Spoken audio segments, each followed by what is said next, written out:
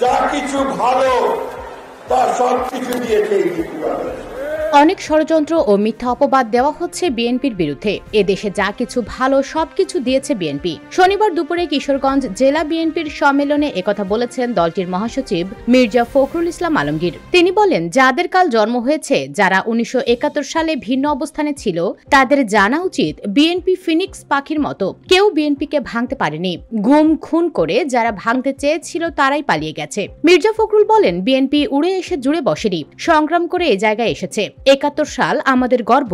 BNP মহাসচিব বলেন, 1/11-এ নির্যাতন করে যে নেতাকে নির্বাসিত করা হয়েছিল, তিনি নতুন করে গণতন্ত্রের স্বপ্ন দেখিয়েছেন। নতুন করে সুযোগ এসেছে তারেক রহমানকে দেশ পরিচালনার সুযোগ করে দেওয়ার।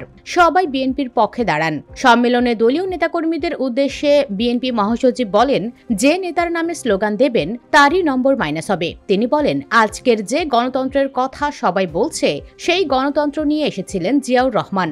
আধুনিক বাংলাদেশের ভিত্তিপ্রস্তর স্থাপন করেছেন জিয়াউর রহমান। গণঅভ্যুত্থানে অনেক রক্ত ও ত্যাগের বিনিময়ে এমন মুক্ত পরিবেশে কর্মসূচি পালনের সুযোগ পাচ্ছে বিএনপি। বেগম খালেদা জিয়া, তারেক রহমান ও যারা অভ্যুত্থানের মাধ্যমে ফ্যাসিস্ট তাড়িয়েছে, সেই ছাত্র জনতাকে অভিনন্দন জানাই।